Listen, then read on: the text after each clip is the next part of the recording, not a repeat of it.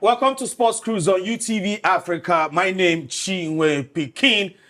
We are reaching you all the way from our studio live right here in the nation's capital, FCT Abuja. I hope you're having a great day. Of course, it's a fully packed Sports Cruise show today.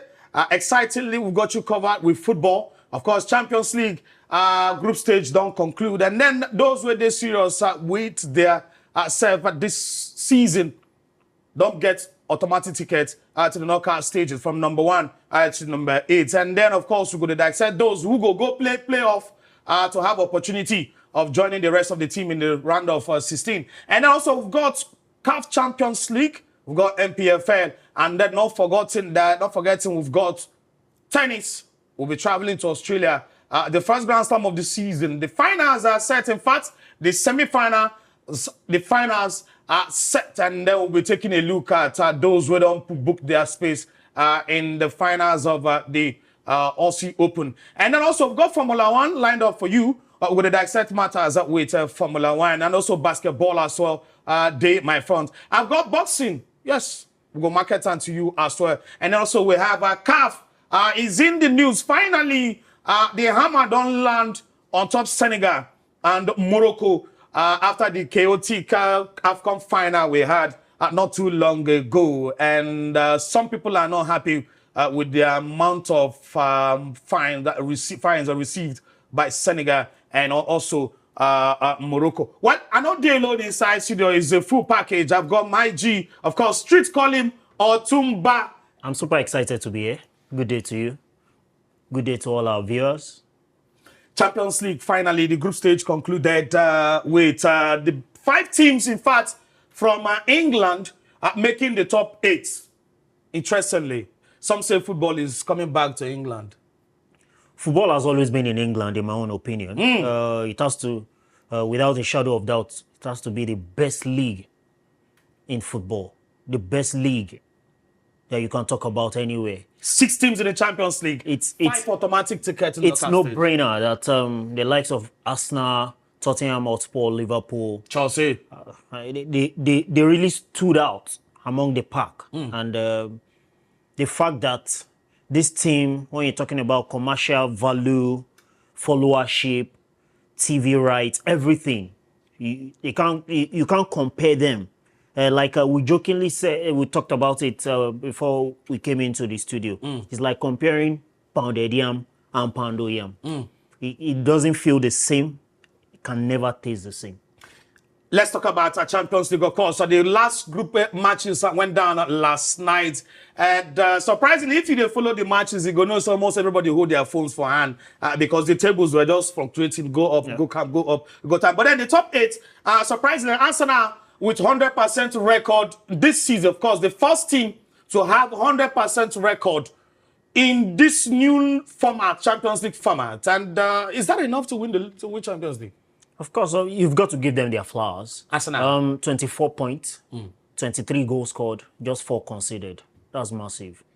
They deserve their flowers. And for anyone that might try to cast aspersion on what Arsenal has done so far, just maybe they need to have a change in their prescription because, come on.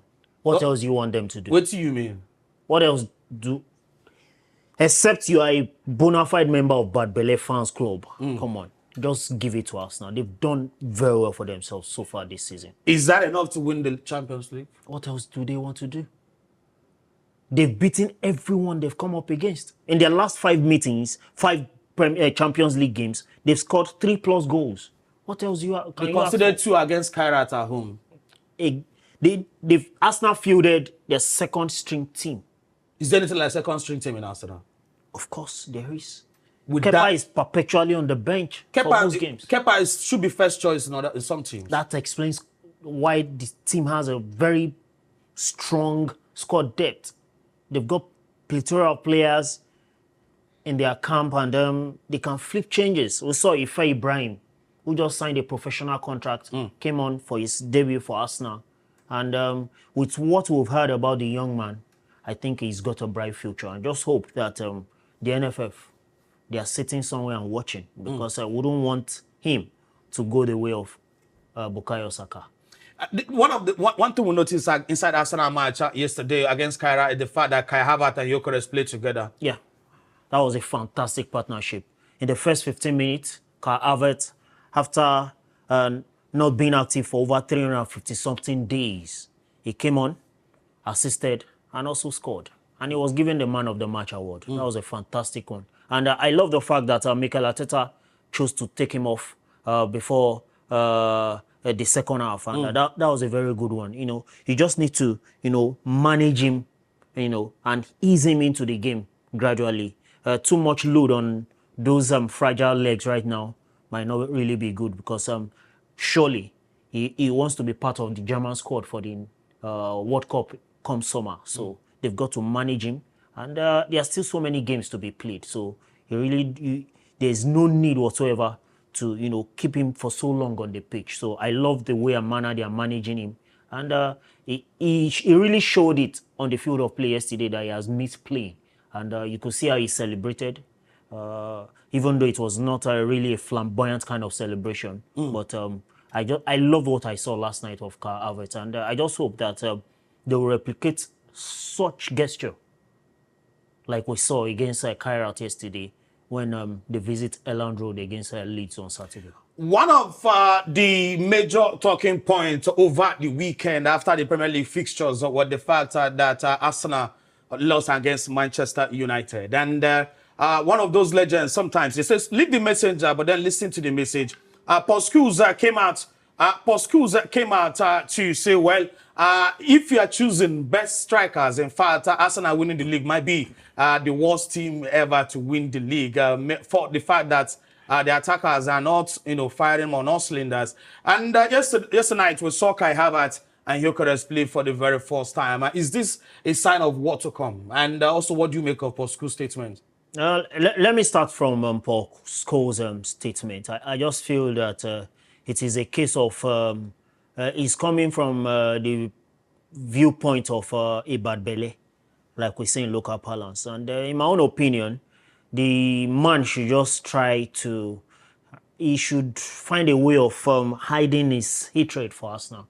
Because in my own opinion, I feel he's envious of everything that Mikel Arteta has achieved. How do you mean? How on earth will you regard a team that is presently topping the table in the Premier League and also doing same in the Champions League, and you're saying that they are the worst team if they eventually win the title? Come on. They've only lost 3 games in 23 matches. Style of play. They've won 15, drawn 5 and lost just 3. And you say they are the worst team? So what is he going to say about West Ham, Tottenham, that splashed the cash, and yet they are not getting results equivalent of the resources that the management... Is that the only angle you're seeing it from? Envy, hate, jealousy? That's the way I see it. That's the way I see it. For me, he should keep his gunpowder, his ammunitions and whatever, and face his own side, which is Manchester United. Are you not worried that the Arsenal forwards are not firing? Yes, the goal seems to have dried up, kind of. And I think I've got to put that blame on Mikel Arteta, because these days they go into games showing oppositions so much respect, like we saw against Manchester United. You think it was respect? Yes. We saw a below-par performance on the part of Martin Odegaard, and not forgetting Bukayo Saka. They didn't go in full throttle. They've not been going in full throttle in the past how many matches? They drew against Nottingham Forest, drew their last game before Nottingham Forest. I think I've got to cut them some slack when you talk about the game at the City Ground against Nottingham Forest, because we're talking about a Nottingham Forest that are hanging by thread. And I think I'm talking about life in the Premier League now. We're talking about a team as at that time, they played 22 matches and they have 22 points. They want to keep their Premier League status. So they needed to go all out and try as much as possible to get something, which they eventually did. Let's tell ourselves the truth. Going to the City Ground is actually a very difficult one. Though some teams have gone down and left with maximum points. But in Arsenal's situation, though, you've got to also, on the flip side, consider the fact that they missed chances. A notable mention has to be that Martinelli chance, which he put wide. Let's tell ourselves the truth. What? It was not really a good draw, but they've got to accept it. Unfortunately for them, they moved on into the next game, which they needed to get a good result, but they lost. Paul Scholes is speaking from the angle of jealousy and hatred for Arsenal. Absolutely. Well, Bayern Munich finished second behind Arsenal in the Champions League. Of course, Liverpool third, Tottenham in fourth place, Barcelona in fifth, Chelsea sixth, Sporting in seventh place, and then Man City in eighth place. Now, this top eight, big guys. Heavyweights, Champions League heavyweights, Tottenham, Sporting Lisbon, and Tottenham in the top eight. Yeah, I think the guys occupying the top 8 position in the Champions League so far after the group stage are top weights, big guns. You can call them the big boys. For Tottenham, I'm sure many of their fans will wish that they replicate the form they've seen of their darling team in the Champions League, in the Premier League. Some will even wish that they can switch competitions and say, okay, we want to see this week in, week out of our team in the Premier League. We saw how they clinically dispatched Eintracht Frankfurt away from home 2-0. That was a very good showing. And then the big guys, Man City finished in 9th place, Inter 10th place, Man City rather 8th. Real Madrid in 9th place. Let's talk about Real Madrid because that's the highlight of the match day 8 in the Champions League. Benfica needed a goal with 60 seconds. They didn't know and they needed a goal, but then they needed a goal. What did Mourinho do? Mourinho asked his goalkeeper to join the attack, and eventually the goalkeeper got the winning goal. 4-2, he ended with 2 red cards to Real Madrid. In fact, it ended in chaos. Benfica, Jose Mourinho, more like vintage Jose Mourinho. Yeah, we saw how he celebrated after the final whistle. Vintage Jose Mourinho. A sister of mine who also loves football said, this man no saying don't old. He know this shame. Why is he saying? Before his hips go pull out. He was celebrating like a fat kid that just saw cakes, So it's a very good one for Benfica. I think that goalkeeper's goal reminded me of what I saw of Asmir Begovic when he was still playing for, was it Stoke? Just an innocent goal kick ended in the back of the net. From his own goal. The other end. And it's good to see that Benfica just went all out and they make sure that they got the point. For Real Madrid, going into that game, they were third on the log. They eventually finished in ninth position. Place. Now they've got to go through the rigors of playing playoffs, while other teams will be using toothpick to remove stuff from their teeth. We'll go on a quick break very soon. Let's stick with Real Madrid.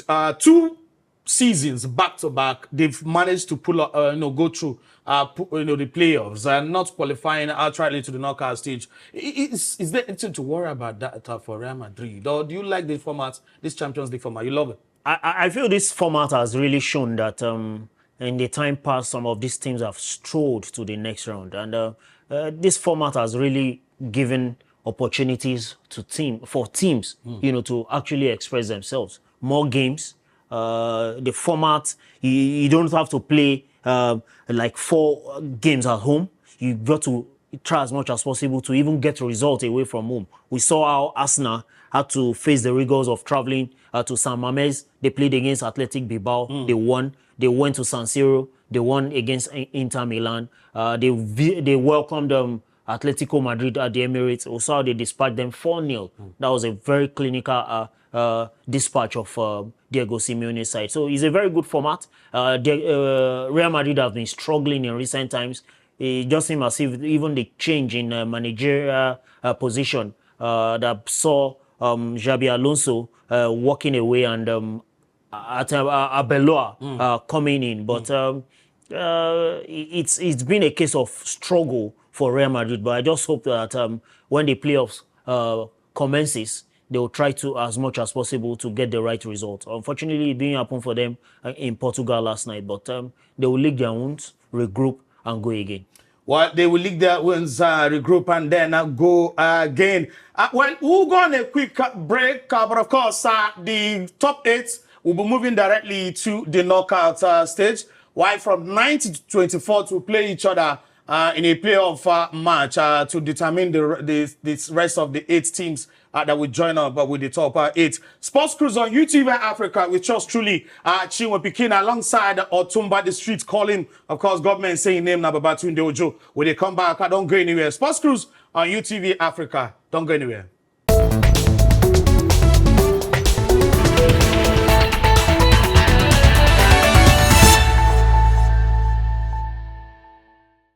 Welcome back to Sports Cruise on UTV Africa.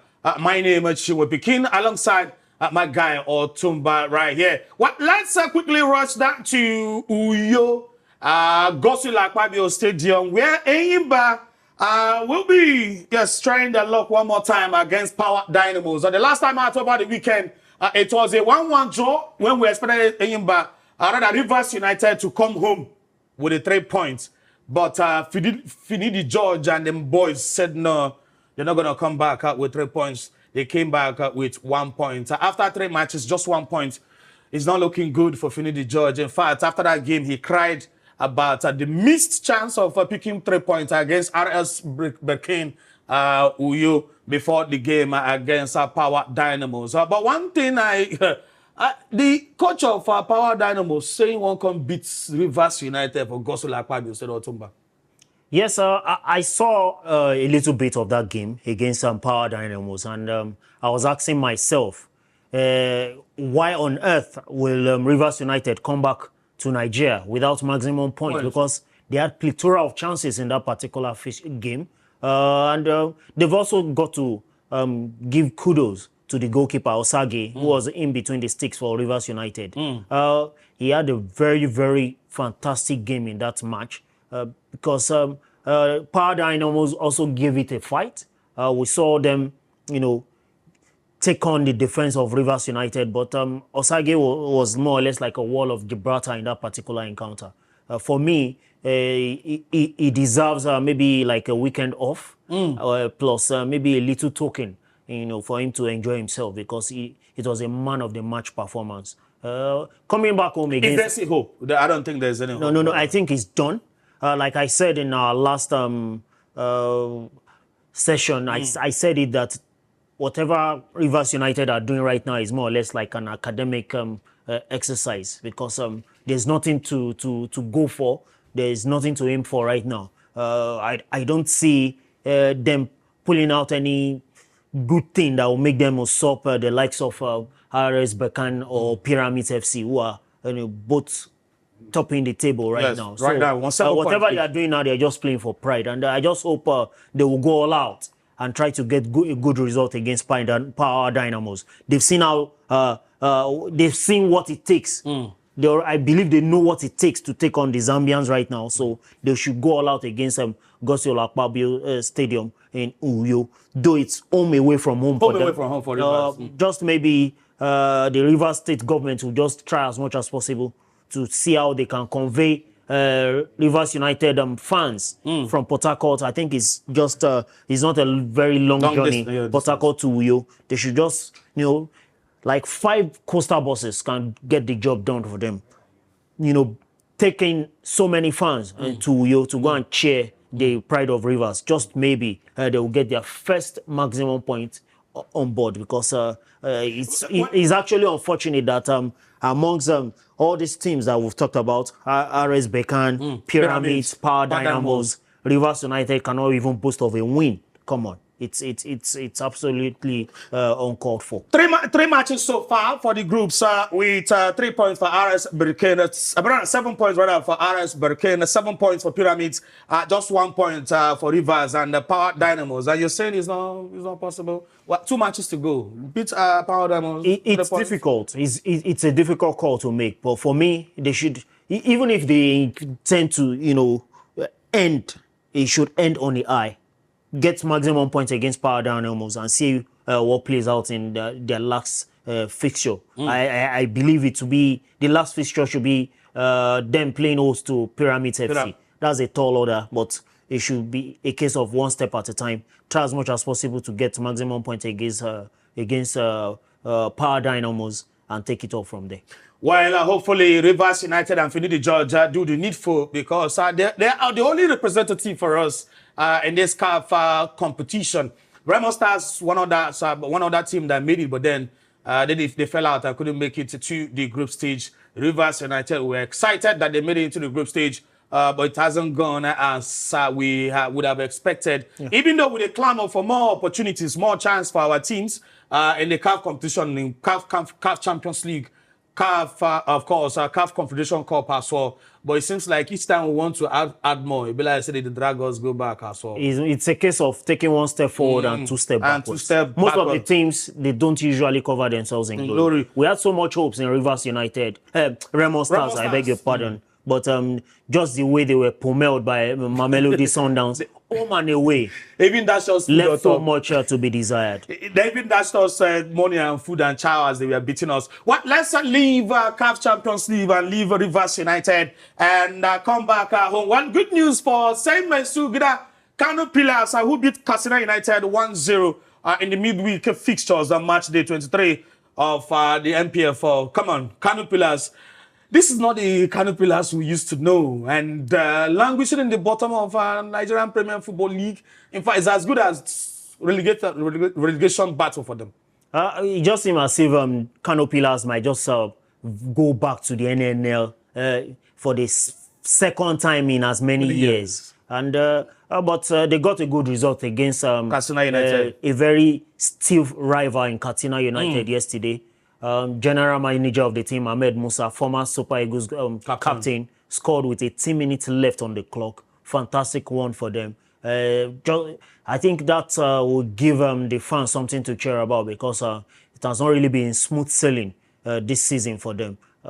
For me, they are in very unfamiliar terrain as far as the log standings is concerned. How do you explain to a little child that Syrian winners of the MPFL are languishing in relegation waters? It's actually very, very unfortunate for Kano Pillars. And then we have Abia Warriors. Wiki Torres picked a point against Abia Warriors at home. I don't see this result.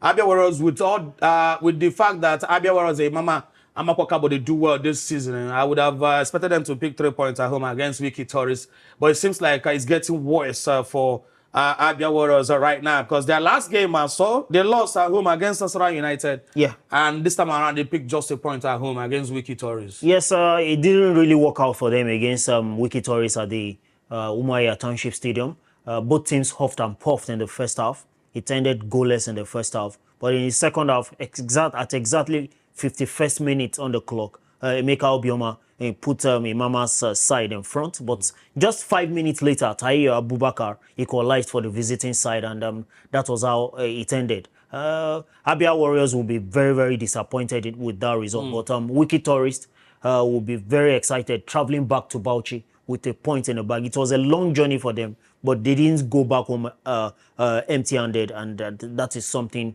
that will really give their fans something to cheer about. Well, the fans of Plateau United will be very happy with the appointment of Benga Ogumbote, a veteran, a legend of MPFL game. 2 games, 3 wins back-to-back. And not just wins. In fact, he settled down, collect 3 points for these teams their hand. He settled down, beat Enugu Rangers over the weekend.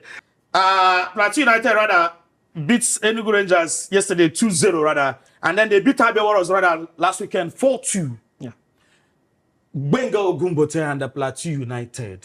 And also this result, Enugu Rangers. For me, it was a case of a club against a former coach because we all know that Fidelis Ilechukwu was at some point in time in charge of Plateau United. And Temitope Vincent scored a brace in that particular encounter. In short, all the 3 goals were scored in the first half. Temitope Vincent scored in the 15th minute. 5 minutes before the end of the first half, he scored from the penalty spot. Chidi Ebere Nwobodo actually scored in the 28th minute as well. And that was the only consolation for Rangers International. Going back to Enugu without a point in the bag will be disappointing for Fidelis Ilechukwu against his former employers, but it is what it is. We're talking about a Plateau United who are hanging on straws.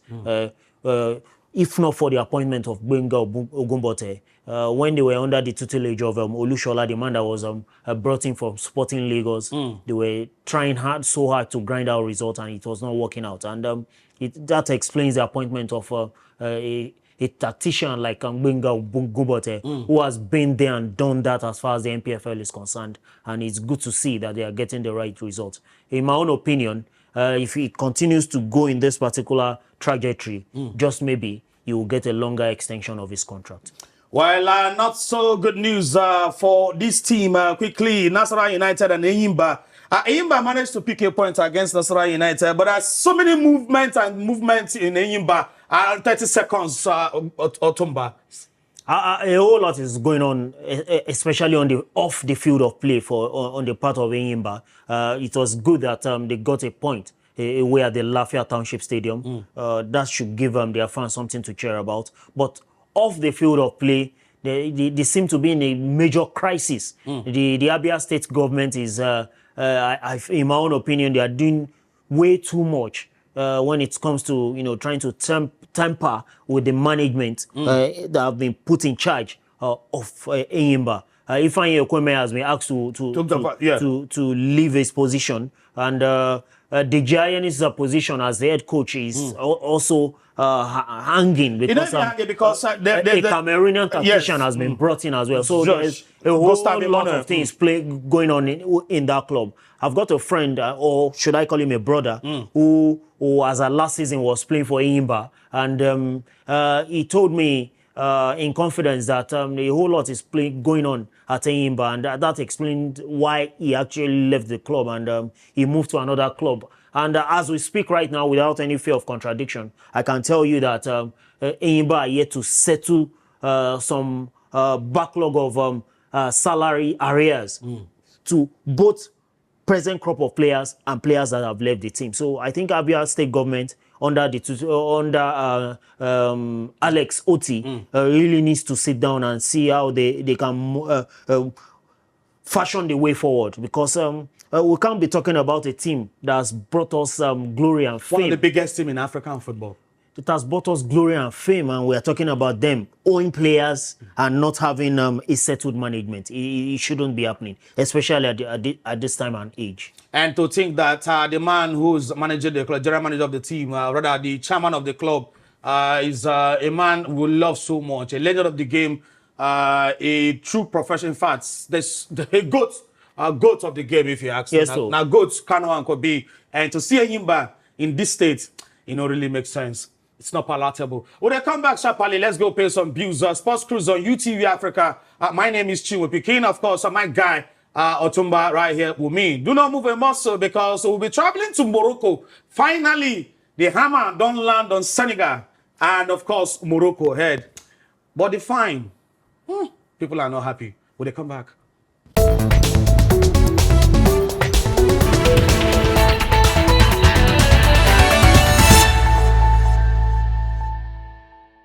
Well, welcome back to Sports Cruise on UTV Africa with yours truly, Chinwe Pikin, alongside my guy, my G, Otumba. Well, we were hoping that CAF go do the needful, but then I don't know what the needful are, but judging by the news trending, CAF don't drop the verdict on Senegal and Morocco after the AFCON final fracas or chaos or war or Royal Rumble.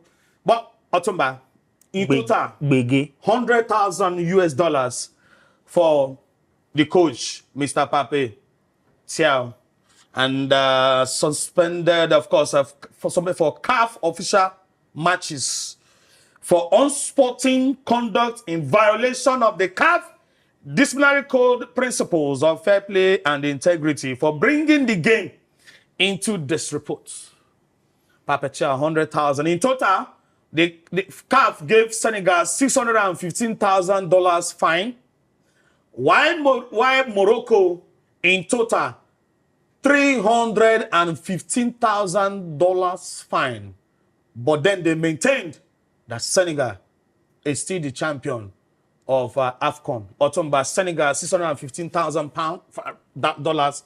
Morocco, 315. But the big one, Morocco, Senegal are champions of AFCON. Yes, I remember I said it in our previous program that Senegal deserved winners.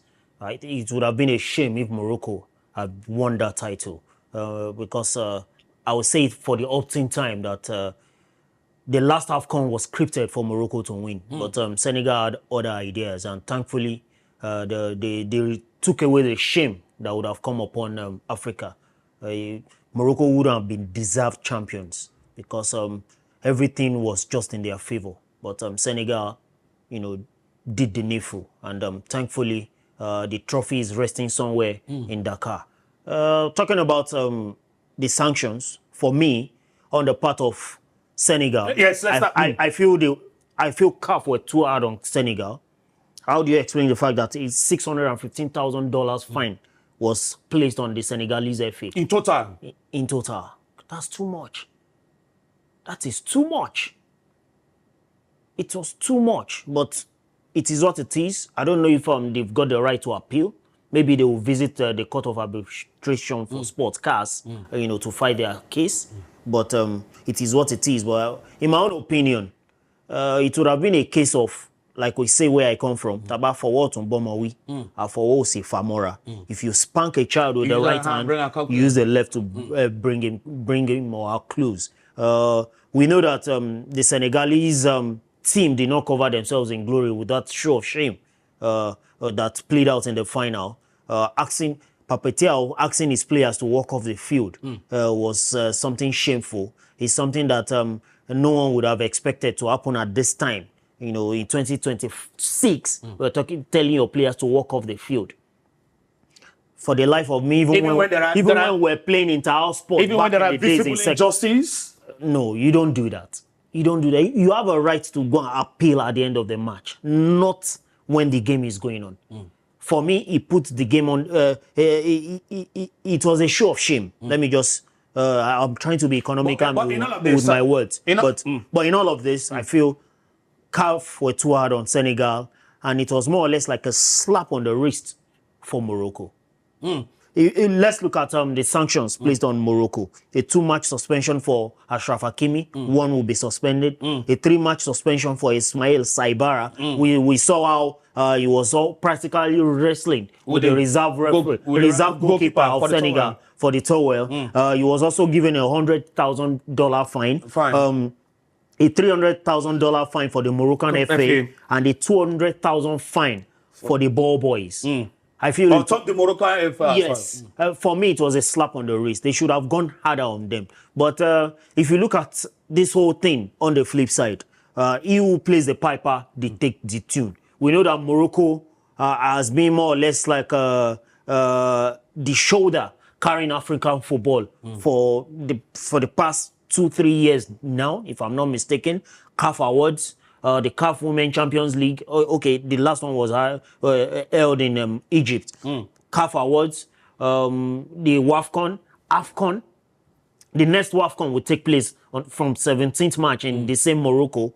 CAF committee meetings, so many things usually takes place in Morocco. Only to move the CAF headquarters, I remember. I think the only thing that has not happened now is for Patrice Motsepe to have an official quarters in Morocco, and he will be living there. So just maybe because Morocco has built Africa out of so many unfortunate and unforeseen situations, and it's because other teams in Africa has refused to step up. When you're talking about infrastructure, you can only count with the tip of your fingers some few countries that can match what Morocco has offered us in the last 3 years. Notable mention has to be the likes of South Africa, Cote d'Ivoire, Egypt, and maybe 1 or 2 other North African countries. What of the giant of Africa? Come on. We don't even need to go there. Well, what do you make of the fine meted out on Senegal and Cameroon? Are you one of those who believes that the fine is way too much on Senegal? You can also drop your comments on that. But then, the big one is that Senegal and then hold the trophy. And for those who said, well, look, Senegal not supposed to protest, Senegal ought not to protest, Senegal ought not to walk out, Senegal should have continued with the game. But Senegal is still with the trophy. Imagine they didn't walk out. Yes, I think that's one of the appeals that didn't fly on the part of Morocco, because they wanted a situation where the trophy will be taken off Senegal and maybe it will be awarded to them. But I've never seen or heard since I've been following football that a trophy was awarded to a team. You play for it, you go for it and win it. So Senegal, they still keep their trophy. I believe strongly they would have used a very strong padlock to lock wherever that trophy is kept to avoid invaders from taking it away. It's a priceless asset for Senegal. You know, doing it for 2 times in 4 years, 2021 and 2025. That's massive. And for me, they've laid down a marker for other African countries who have played lip service to grassroots football development. Notable mention, our darling country, Nigeria. Our darling country, Nigeria. Just to clarify, that those 5 matches where Senegal coach Pape Thiaw will miss, that CAF licensed matches and not the World Cup. Those were the fears some people had that FIFA might decide or CAF might decide. That was more or less like a talk. Yeah, a talk, but then in the market. Yes, but then it was market. Yeah, just to clarify that the 5 matches suspension on Pape is for CAF license, matches and not FIFA. So those will be in the fear, say the coach, they're available for World Cup and all that, that, like he said, that's a market, that's, I don't want to use market women because that's market discussion for those who wants to listen. But in all of this, hopefully Morocco, don't learn their lessons, and ball boys who don't learn their lessons, because I don't see no reason why they should be fighting for towers and when matches they go on. Permit me to interject. Unfortunately, this whole towel thing has become a trend, because even in the CAF Champions League, we saw it. Yes. I'm trying to remember the team. Was it Wydad Casablanca? Or was it the Experience of Tunisia against Simba FC? I saw the video too. I saw, but it just seemed as if negatively Morocco has laid down a marker and people are just towing that line. It shouldn't be happening.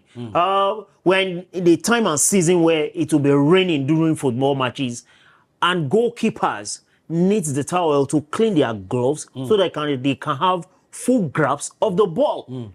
But unfortunately, northern teams seems to have other ideas, and they feel that just maybe it has some element of voodoo practice in it.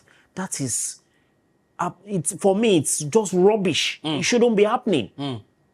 As long as what the goalkeeper has brought on the field of play doesn't contravene the rules governing football. Come on, we shouldn't be doing this.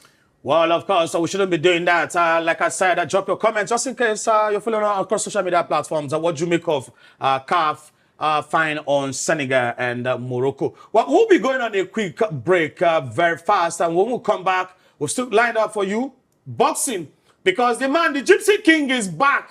For how many times he will come back? Tyson Fury Kutios.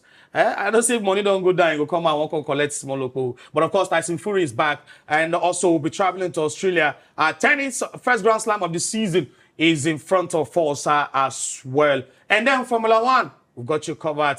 Don't go anywhere. We'll come back. Sports Cruise on UTV Africa, with yours truly, Chinwe Pekin. And then, of course, my G, Otumba One, they're right here with me. Don't go anywhere. Mumbo, we'll come back.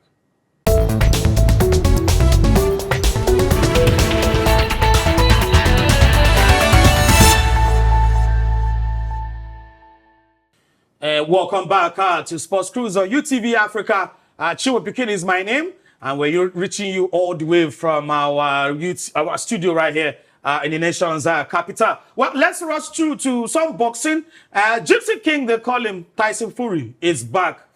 How many times Tyson Fury will come back for retirement? Of course, April 11, he will be facing a Russian heavyweight boxer, of course, Makhmudov, Aslanbek Makhmudov, I got the name right. Of course, Tyson Fury no go ever stop to do this thing. Remember, he said he wants to be the first boxer that go hit £1 billion in earnings. And I think he's working towards that. He don't come out again to make more money. One thing is certain. Tyson Fury will always sell his tickets. He's a showman. Of course, he's loved by his people. Yeah. And the fact that this coming fight on April 11 will take place in the UK, I'm sure it's going to be a sellout fight, so to say. Fighting against a Russian, Aslanbek Makhmudov. I think it is an interesting one. When I heard the news, I asked myself, how many times has Tyson Fury come out of retirement? This should be the 5th time. And for me, anytime maybe he checks his account balance and he sees that it is not where I want it to be, or he's bored, he'll just say, oh boy, he'll call his backroom staff guys. He'll be like, say, we'll go back. But it's good to see because the heavyweight division in boxing has been kind of cold in recent times. And it's good to see that he's coming back and the heavyweight division will be active. For onlookers, for bookmakers, for the lovers of boxing, I'm sure they are keeping their fingers crossed and waiting for a rematch between Tyson Fury and Anthony Joshua. That one go hard. I don't think he's gonna. Joshua want to come back. Allow me to land. Joshua won't come back. Tyson Fury versus AJ on one side.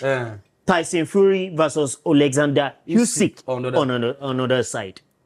We're just keeping our fingers crossed. I wish we'll just see what plays out on April 11th. I wish it could happen. Alexander Usyk one more time with Tyson Fury after back-to-back losses. I wish it could happen.